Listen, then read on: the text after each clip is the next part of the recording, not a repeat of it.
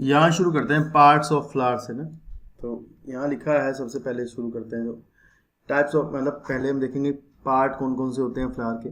तो सबसे पहला वर्ड जो होता है, 4 वर्ड आपके टिपिकल फ्लावर के 4 वर्ड्स होते हैं। एक टिपिकल फ्लावर में आपके 4 वर्ड होते हैं, जिनमें से जो सबसे आउटर वर्ड है दैट इज कैलिक्स, उसके अंदर वाला वर्ड है जो कोरोला, उसके अंदर एंड्रोशियम, उसके अंदर गाइनीशियम। ठीक है ना, 4 वर्ड होते हैं नॉर्मल टिपिकल फ्लावर के। तो सबसे पहले देखेंगे कैलिक्स, उसके बाद देखेंगे कोरोला, फिर देखेंगे एंड्रोशियम और गाइनीशियम। क्या लिखा है? कैलिक्स लिखा है the calyx is the outer most whorl of the flower and the member are called sepal. उनको कहते हैं, जो यहाँ यूनिट क्या है कैलिक्स की, वो है सेपल आपकी, मतलब सेपल्स जुड़ जुड़ के क्या बनाते हैं, आपका कैलिक्स का फॉर्मेशन करते होते हैं। And generally sepals are green leaf like and protect the flower in the bud stage. तो बर्ड स्टेज जब होती है उस टाइम पर उसको बर्ड को चारों तरफ से जो कवर करके रखते हैं वो आपके होते हैं सेपल्स। एंड द कैलिक्स में बी गैमोसेपलस, कैलिक्स आपका गैमोसेपलस होगा, सेपल्स यूनाइटेड और पॉलीसेपलस। ठीक है, तो देखो एक बात ध्यान रखना, अगर मान लो कि सारे सेपल आपके जुड़े हुए हैं, आपस में फ्यूज्ड हैं, तब हम कहेंगे कि condition is gamosepalous.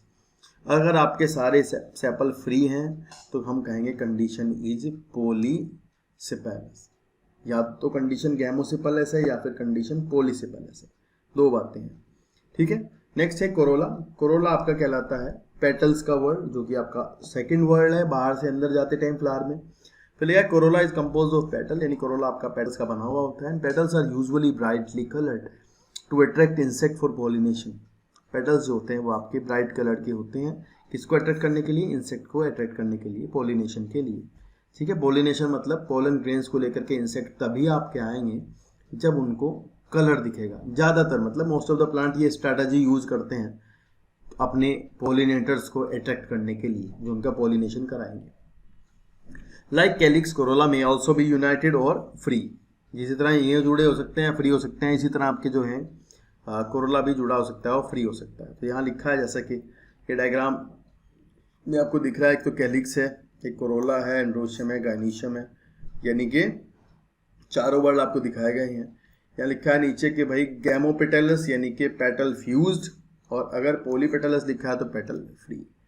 The shape and colour of Corolla very greatly in plants. Corolla में भी ट्यूबुलर, कोरोला जो है आपका ट्यूब की शेप के हो सकते हैं, बैल की शेप के हो सकते हैं, जुड़ करके बैल शेप बनाते हैं, फनल शेप बना लेते हैं, व्हील शेप बना लेते हैं। तो ये इस तरह के अरेंजमेंट है इनके सबके, जो कि जुड़ जुड़ कर बना लेते हैं। ठीक है, नेक्स्ट चीज़ है एस्टिवेशन। एस्टिवेशन आपका क्या होता है? देखो एस्टिवेशन होता है ये आपका, जब आपका फ्लावर जो है वो बर्ड होता है, जब आपका फ्लावर एक बर्ड होता है छोटी, तो उस टाइम पर at the time of bird, उस टाइम पर आपके जो पेटल सेपल का अरेंजमेंट है उसको हम क्या कहते हैं? एस्टिवेशन कहते हैं।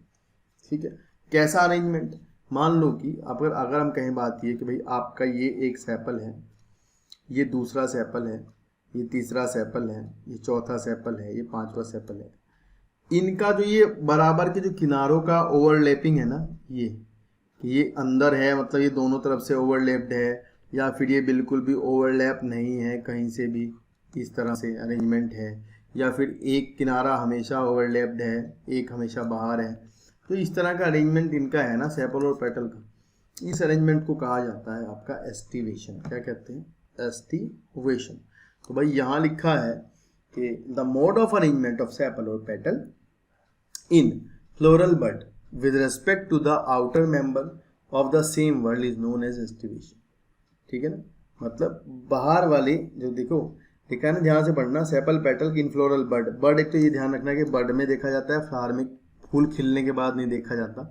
With respect to the other member of the same whorl is known as the aestivation. ठीक है, उसको क्या कहते हैं? Aestivation. And the main type of aestivation are valvate type का है, ट्विस्टेड है, एम्ब्रिकेट है और वेक्सिलरी। 4 तरह का आपको यहाँ पर बताया गया है। ठीक है, तो व्हेन सेपल और petal in a world just touch the margin of one another, मतलब जो किनारा है, देखो जैसे पहले वाला आपको दिख रहा है, तो सबसे फर्स्ट वन में आपको दिखेगा कि किनारे को टच किया जा रहा है, किनारा जो है वो टच किया जा रहा है।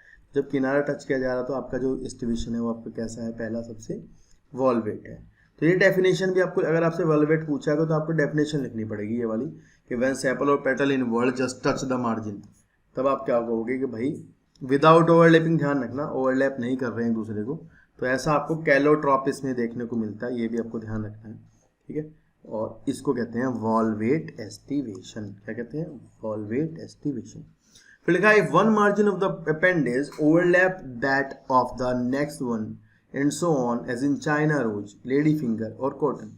देखो आप इन तीन में आप देख सकते हैं कि अगर मान लो कि आपका जो वो है क्या बोलते हैं उसे, आपका किनारे जो हैं, एक किनारा अंदर दबा हुआ है, एक किनारा बाहर है, एक किनारा दबा हुआ है, एक किनारा बाहर है। As you can see in this second diagram, एक ओवरलैप है। देखो ये एक किनारा अंदर है, दूसरा बाहर है। ठीक है, दिख रहा है ना यहाँ पर, एक किनारा अंदर है, दूसरा बाहर है, एक किनारा अंदर है, दूसरा बाहर है। तो इस तरह का अगर अरेंजमेंट है तो इसको कहते हैं ट्विस्टेड अरेंजमेंट, जो कि आपको देखने को मिलता होता है मालवेसी फैमिली में, चाइना रोज, लेडी फिंगर और कॉटन, इन तीनों में आपको देखने को मिलेगा ये। ठीक है, नेक्स्ट है it is called as twisted. इसे क्या कहते हैं भाई? ट्विस्टेड कहा जाता है। If the margin of sepal और petal overlap one another but not in any particular direction as in cassia and gulmohar, तो जब ये मार्जिन जो है ओवरलैप तो करते हों परंतु कोई डायरेक्शन नहीं हो, जैसे अभी तो क्या डायरेक्शन दिखाई दे रहा है, ये नीचे है, ये ऊपर है, ये नीचे है, ऊपर है, नीचे है, ऊपर है, परंतु अगर आप कोई इस तरह का डायरेक्शन नहीं दिखाई देता, डायरेक्शन समझ में नहीं आ रही होती है, तब आपका जो अरेंजमेंट होता है वो आपका क्या होता है? ये होता है इम्ब्रिकेट। कैसे होता है? इम्ब्रिकेट। तो भाई इम्ब्रिकेट के एग्जांपल इन्होंने क्या दिए हैं? केसिया और गुलमोहर। क्या दिए हैं? केसिया और गुलमोहर। ठीक है, समझ आई ना बात को? तो ये तीन एग्जांपल देखो, तीनों ध्यान रखना भाई। Calotropis, China rose, lady finger, cotton, ये मालवेसी के मेंबर हैं। और ये आपका गुलमोहर और केसिया जो है ये आपके एक उसके मेंबर हैं, दालों वाली फैमिली, लेग्यूमिनोसी की सब फैमिली के मेंबर हैं। ठीक है, सीजल पिनियडी के मेंबर हैं। ठीक है, देखा the aestivation is called imbricate. इसको क्या कहते हैं? इम्ब्रिकेट। तो आपको इतना डेफिनेशन याद रखनी है कम से कम कि भाई जब कोई तरीके से नहीं होता ओवरलैपिंग का तो उसको कहते हैं इम्ब्रिकेट। फिर लिखा है नेक्स्ट वन। नेक्स्ट में आप देखोगे कि भाई यहाँ पर ये स्पेशल तरह का एस्टिवेशन है, विशेष प्रकार का एस्टिवेशन है, जिसमें कि एक लास्ट जो है ये ऊपर वाला पूरा ये इसको कहते हैं स्टैंडर्ड। ठीक है, इसमें स्टैंडर्ड वाला जो होता है ये पोस्टीरियरली अरेंज होता है। पोस्टीरियरली मतलब पीछे की साइड अरेंज होता है फ्लावर में, और ये पार्ट इसका इंटीरियर है आगे की तरफ का। देखो सबसे बड़ा जो ये है, ये सबसे बड़ा, इसको कहते हैं झंडा, यानी फ्लैग लाइक कहते हैं इसको। और ये इसी को कहते हैं वैक्सिलम, फ्लैग को इसको वैक्सिलम कहा जाता है। साइड में लेटरल में आपको दो मिल जाएंगे विंग्स, इधर क्या है? विंग्स हैं। नीचे आपको दो जुड़े हुए दिखाई दे रहे हैं, इनको कहते हैं कील। तो ये एक अलग ही तरह का आपका एस्टिवेशन है, जिसमें कि आपको दो नीचे एंटीरियर साइड पर जुड़े हुए मिलते हैं, बराबर में लेटरल दो विंग्स मिलते हैं, और पीछे की साइड पर एक स्टैंडर्ड यानी फ्लैग वैक्सिलम मिलता है। ठीक है, तो यह लिखा है कि the aestivation is called imbricate in the pea and bean flower there are 5 petals largest standard. सब दालों में और बीन्स में, मतलब दालों की बात हो रही है, सीधी बात है, फैबेसी फैमिली की बात हो रही है। तो फैबेसी फैमिली में आपको इन्होंने बताया कि भाई ऐसा है कि जो लार्जेस्ट होता है वो स्टैंडर्ड कहलाता है, और वो ओवरलैप करके रखता है किसको? बराबर वाले को, जो दो लेटरल हैं उनको ढक के रखता है, इनको विंग्स कहते हैं।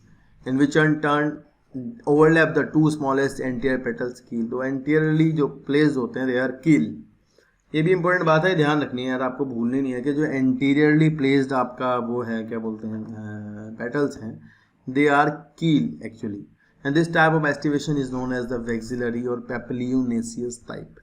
इस तरह का जो आपका जो एस्टिवेशन कहलाता है वो आपका वैक्सिलरी और पेपिलियोनेसियस टाइप का एस्टिवेशन कहलाएगा।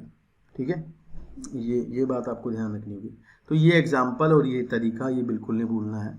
4 एग्जाम्पल हैं, चारों के मतलब चारों एग्जाम्पल याद रखने हैं। यहाँ पर आप लिख लेना एग्जाम्पल, इसी डायग्राम के अंदर लिख लेना तो ज़्यादा बेटर रहेगा, ताकि आपको ईजिली आ जाएगा। ठीक है, मतलब भूलोगे नहीं आप। ठीक है, ये ध्यान रखना। चलिए नेक्स्ट देखते हैं, नेक्स्ट क्या है भाई? नेक्स्ट है हमारा एंड्रोशियम। ठीक है, नेक्स्ट हमारा क्या है? एंड्रोशियम है। चलिए, तो एंड्रोशियम आपको पता है कि जो आपका स्टैमन वाला पार्ट होता है, जो मेल पार्ट होता है स्टैमन, वो आपका क्या कहलाता है? उससे जो है उससे जुड़ करके आपके क्या बनता है, मतलब सारी कलेक्टिवली आपके जितने भी स्टैमन्स होते हैं वो आपके जो वर्ड बनाते हैं उसको आपका क्या कहा जाता है? एंड्रोशियम कहा जाता है। यानी सीधी बात है कि androecium is the male part of the flower. ठीक है, तो यहाँ लिखा है कि भाई is compose of the stamen, each stamen which represent the male reproductive organ. एक आपको पता है कि एक स्टैमन में आपकी दो चीज़ें होती हैं यार, एक आपका फिलामेंट होता है और उसके ऊपर आपका लगा होता है एंथर। ठीक है, ये आपका क्या है, एंथर है, और नीचे क्या है, फिलामेंट है। तो एक स्टैमन आपका दो चीज़ों से मिलकर बनता है, एंथर और फिलामेंट से मिलकर बनता है। ठीक है, और फिर बहुत सारे जितने भी होते हैं सबको कलेक्टिवली आप अगर देखोगे तो कलेक्टिवली हम उसको क्या कहेंगे, एंड्रोशियम कहेंगे। ठीक है, तो देखो लिखा है it's stamen which represent the male reproductive organ consist of a stock.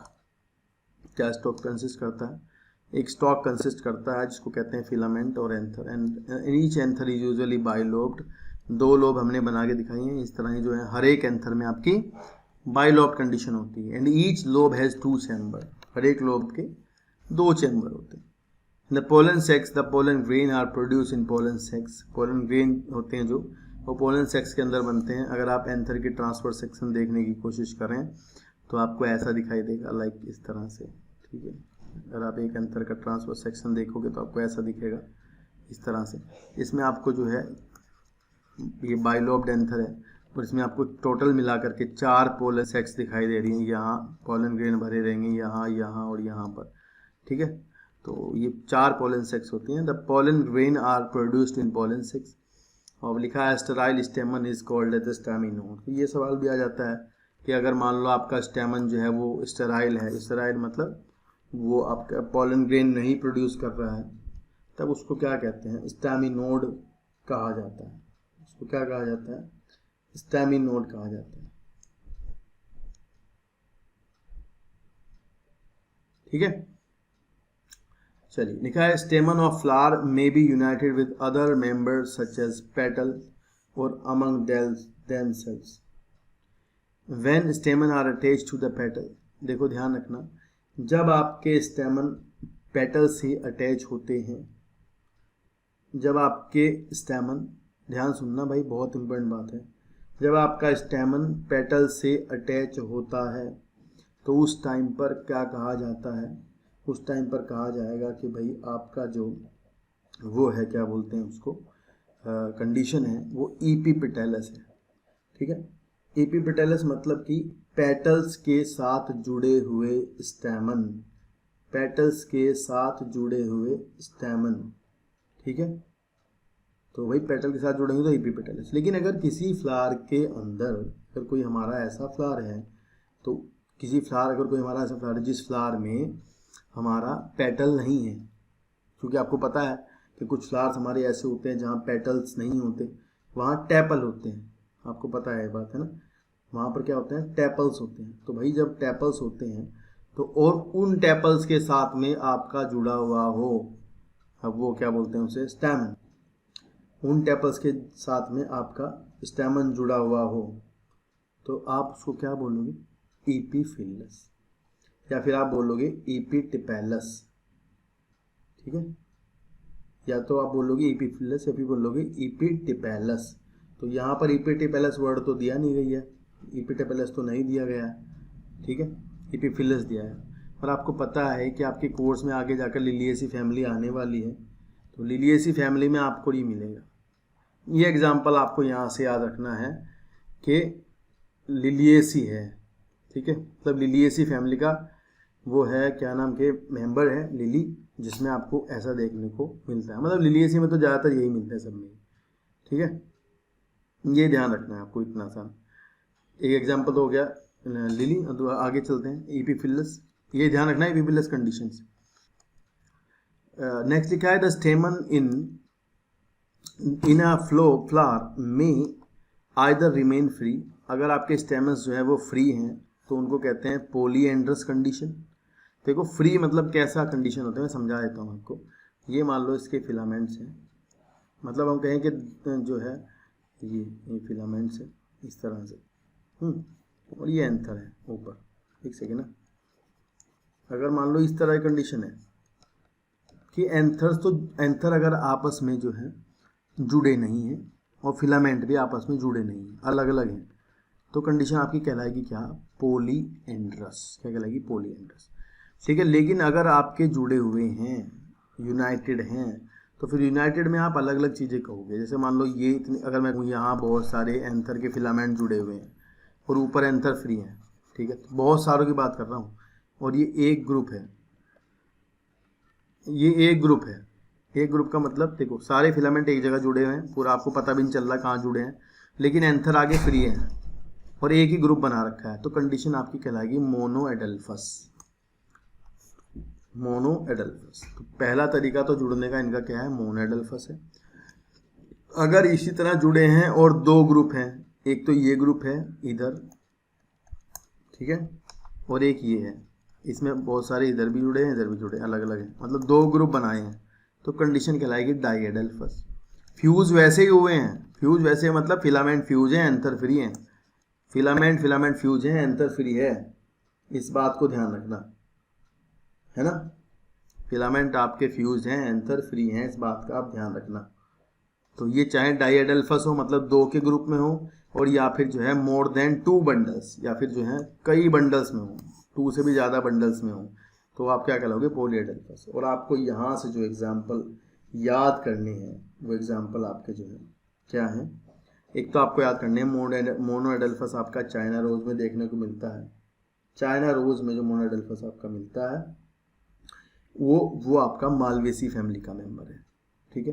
तो मालवेसी फैमिली इसका मतलब आपके कोर्स में चल रही है, ठीक है, मालवेसी फैमिली आपके कोर्स में लगातार चल रही है, कॉन्टिन्यूस, इस बात को भी ध्यान रखना। मालवेसी से सवाल आएंगे फिर आपसे पूछे जाएंगे। आपको दूसरा दिया है डाइएडल्फस। डाइएडल्फस मिलता है पी में, ठीक है, और आपका जो पॉलीएडल्फस है वो आपका मिलता है सिट्रस में। तो ये एग्जाम्पल यार ये नहीं भूलने हैं तीनों, कम से कम मतलब एनसीईआरटी एग्जाम्पल तो आपको याद ही रखने होंगे। सिट्रस में पॉलीएडल्फस, पी में नहीं, और चाइना रोज में ये मोनोएडल्फस, ठीक है। लास्ट में दिया है कि there may be variation in the length of filament within the flower, मतलब ये कह रहे हैं कि एक ही फ्लावर में इनकी जो लेंथ है फिलामेंट की वो अलग अलग भी हो सकती है, मतलब एक ही फिलामेंट में आपको दो तरह की लेंथ भी मिल सकती है, ठीक है। ये भी आपसे सवाल बन जाता है यहाँ से कि किन में आपके फिलामेंट जो हैं वो दो अलग अलग लेंथ के होते हैं, तब आपका आंसर हो जाएगा कि सैल्विया और मस्टर्ड में, ठीक है। चलिए नेक्स्ट देखते हैं। नेक्स्ट है आपका गायनेशियम। भाई गायनेशियम जो होता है वो आपका फीमेल पार्ट होता है फ्लावर का, है ना। तो फीमेल पार्ट मतलब कि जो आपके कार्पल्स होते हैं, कार्पल मतलब आपके उसको कहते हैं जो कि आपका एक यूनिट होती है जिसमें कि स्टाइल, स्टिग्मा और ओवरी होती है। स्टाइल, स्टिग्मा और ओवरी तीनों मिलकर के कार्पल बनाते हैं, तीनों मिलकर के आपके क्या बनाते हैं, कार्पल, ठीक है। चलिए देखिए लिखा है यहाँ के gynoecium is the female reproductive part of the flower and is made up of 1 और मोर कार्पल, एक या ज्यादा कार्पल से मिलकर बनता है। A carpel consist of 3 parts namely stigma, style and ovary, ठीक है। Ovary is the enlarge basal part. तो एक डायग्राम जरा सा देख लो ताकि आपके रिकॉल कर जाए। तो इस तरह होता है आपका ये आपका नीचे का सोलन बेसल पार्ट होता है, ऊपर आपका ये स्टिग्मा है,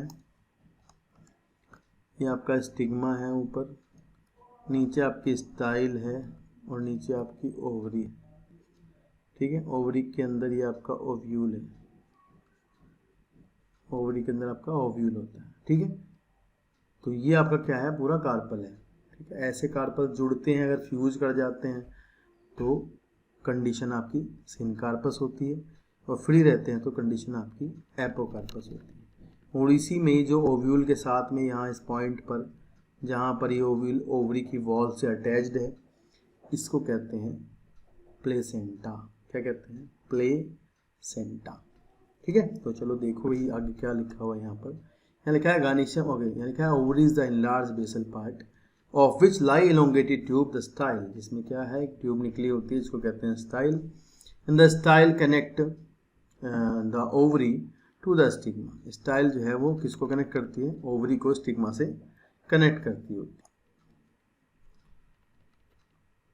फिर लिखा है ईच ओवरी बियर 1 और more ovules attach to a flattened cushion like placenta. देखो ध्यान से पढ़ना, लिखा क्या है, हर एक ओवरी में एक से ज़्यादा ओव्यूल भी हो सकते हैं, एक हो सकता है, ज़्यादा भी हो सकते हैं, जो कि आपके कहाँ अटैच होते हैं, प्लेसेंटा से। मतलब ओवरी वॉल का वो पार्ट, ओवरी की दीवारों का वो पार्ट जिस पर आपके ओव्यूल अटैच रहते हैं उसको कहते हैं प्लेसेंटा। क्या कहते हैं? प्लेसेंटा। नेक्स्ट है कि अगर भाई मान लो देखो लिखा है कि when more than one carpel is present there may be free. Free मतलब एपोकार्पस, जैसे कि लोटस और रोज में आपको देखने को मिलता है, मतलब अलग अलग होते हैं। ठीक है, ये भी एग्जाम्पल है, बहुत अच्छा है एपोकार्पस का ना, ये आपको याद रखना होगा क्योंकि ये ज़्यादातर देखने को नहीं मिलता है ऐसी कंडीशन में। ठीक है, ये इंपॉर्टेंट बहुत, इसको ध्यान रखना। नेक्स्ट है कि भाई they are termed syncarpous when carpel are fuse. तो आपको पता है जब फ्यूज होते हैं तो सिनकार्पस कहते हैं, और जब फ्री होते हैं तो एपोकार्पस कहते हैं। As in mustard and tomato, mustard और टोमेटो में, मस्टर्ड टोमेटो में आपको कैसे देखने को मिलेगा? सिनकार्पस कंडीशन देखने को मिलेगी, क्योंकि आप देखोगे टोमेटो के अंदर, आपको अगर टोमेटो देखोगे तो आपको अंदर उसके बहुत सारे सीड्स निकलते हैं, तो वहाँ क्या है, कई सारे कार्पल आपस में फ्यूज हुए रहते हैं। लिखा है नेक्स्ट के after fertilisation the ovule develop into seed. भाई फर्टिलाइजेशन के बाद जो आपका ओव्यूल होता है वो आपका सीड बन जाता है, और ओवरी आपकी मैच्योर होकर फ्रूट बन जाती है। दो बातें हैं, ओव्यूल आपका सीड में कन्वर्ट हो जाएगा, ओवरी आपकी मैच्योर होकर फ्रूट में कन्वर्ट हो जाती है। ठीक है, चलिए ओके। नेक्स्ट है प्लेसेंटेशन। तो प्लेसेंटेशन किसको कहते हैं भाई?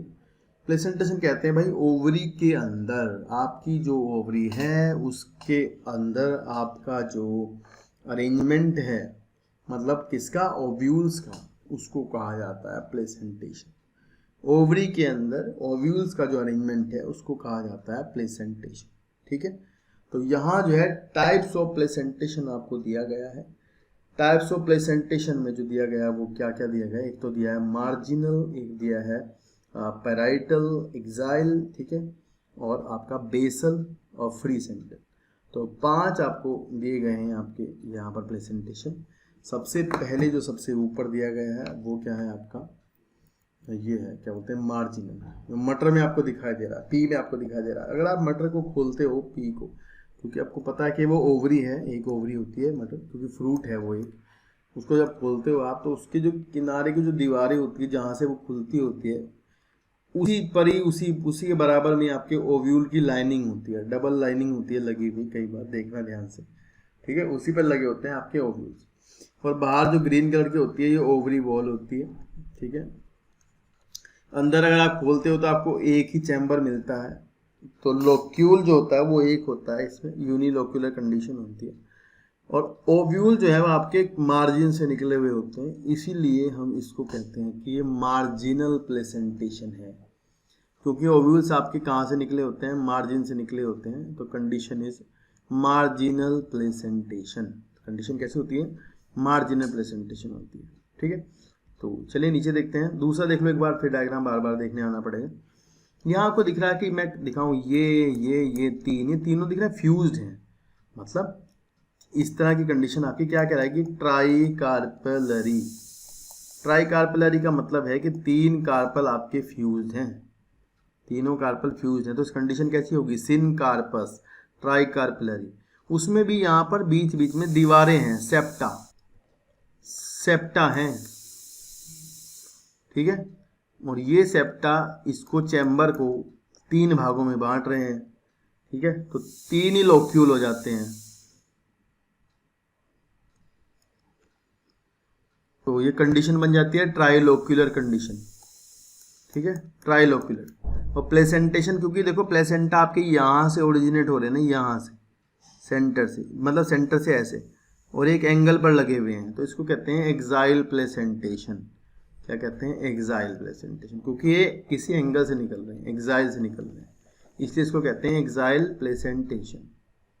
चलिए देखते हैं नीचे लिखा क्या है थ्योरी में। लिखा है कि भाई the arrangement of ovule within the ovary is known as placentation, and the placentation are of different type, namely marginal, axile, parietal, basal, centre, free centre. In marginal placentation, the placenta form a ridge along the ventral suture.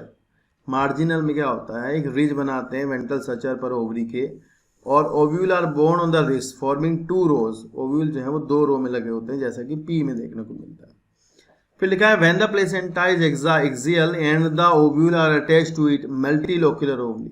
Multi लोक्यूलर तो मतलब हो ही जाएगी वो जब सिन corpus condition है, कई carpel fused हैं तभी बनती है ऐसी दशा, तो उसको मल्टी लोक्यूलर ही कहेंगे। And the placentation is axile. Example है आपका चाइना रोल, टोमेटो लेमन। तो टोमेटो लेमन तो आपको इजीली आपने देखा ही होगा, टोमेटो में आपको ऐसा ही दिखता है जैसा एक्साइल प्लेसेंटेशन में आपको दिखाई दे रहा होता है, ठीक है। Next in parietal placentation, the ovule develop on the inner wall of the ovary. Parietal में जो ओव्यूल होते हैं वो इनर वॉल पर लगे होते हैं, लाइक देख सकते हो ऐसे। यहाँ भी आपको मैं बता देता हूँ, कंडीशन तो सिनकार्पस ही है, इसमें भी सिनकार्पस का मतलब है कई कार्पल फ्यूज्ड हैं, बस यहाँ सेप्टा नहीं बने हैं, बस यहाँ पर बीच में दीवारें नहीं बनी है, सेप्टा नहीं बने हैं। और जो ओव्यूल्स हैं वो पेरीफेरी पर लगे हैं, तो पेरीफेरी पर लगे हैं तो मतलब पैराइटल है। कैसा है? पैराइटल ओव्यूल्स होते हैं, ठीक है, पैराइटल प्लेसेंटेशन है। और ये आपको मस्टर्ड और आर्जीमोन में देखने को मिलता है। एग्जाम्पल यहाँ मिलेगा नीचे, एग्जाम्पल में लिखा है कि मस्टर्ड एंड आर्जीमोन, ठीक है। लिखा है कि भाई the ovule develop on the inner wall of the और the on the peripheral part. Ovary is one chambered but it become two chambered due to the formation of the false septum. तो ये भाई बहुत important question है, इसका सवाल आता है, आपसे पूछा जाएगा कि फॉल सेप्टम किस में देखने को मिलता है। सवाल आएगा फॉल सेप्टम किस में बनता है, तो आपका आंसर होगा मस्टर्ड। मतलब ये समझ लो बहुत ज़्यादा इंपॉर्टेंट क्वेश्चन है। इस फॉल सेप्टम को रेपलम कहते हैं। सवाल आ जाता है रेपलम क्या है? Replum is the false septum that is present in the Brassicaceae और मस्टर्ड, ठीक है। इसका एग्जाम्पल दूसरा है आर्जीमोन। दो एग्जाम्पल आपको ध्यान रखने हैं, आर्जीमोन। तो पैराइटल देखो ये ध्यान रखना, हमेशा नहीं है ये ओवरी वन चैम्बर्ड होती है, पर वो दो चैम्बर की हो जाती है due to the formation of the false septum. वैसे वो वन चैम्बर ही होती है, पर फॉल सेप्टम बनने के कारण वो क्या हो जाती है, दो चैम्बर की बन जाती है, ठीक है। एग्जाम्पल आपको ध्यान रखने, मस्टर्ड और आर्जीमोन। कतई नहीं भूलना, बहुत ज़्यादा इंपॉर्टेंट है भाई, भूल ना जाइए वरना तो फिर फंस जाओगे बाद में। लास्ट लिखा है, लास्ट से पहले लिखा है when the ovule are borne on the central axis. देखो ऊपर देख सकते हो आप, ओव्यूल आपके सेंट्रल एक्सिस पर लगे हैं, पर सेप्टा अभी भी नहीं है। और फ्यूज कंडीशन है, यहाँ भी कई कार्पल फ्यूज्ड हैं लेकिन सेप्टा बने नहीं है। ओव्यूल पहले पैराइटल पर थे, अब सेंट्रल पर आ गए। इसके एग्जाम्पल आप क्या कहते हैं? फ्री सेंट्रल कहते हैं इसको। इसके एग्जाम्पल आपको याद रखने हैं, डायंथस और प्रिमरोज। डायंथस एंड प्रिमरोज, भाई दो एग्जाम्पल इसके याद रखने हैं। तो मतलब यही बात है, बस थोड़ी सी एग्जाम्पल ना भूल जाना, बाकी सब चीज़ें कोई दिक्कत नहीं है।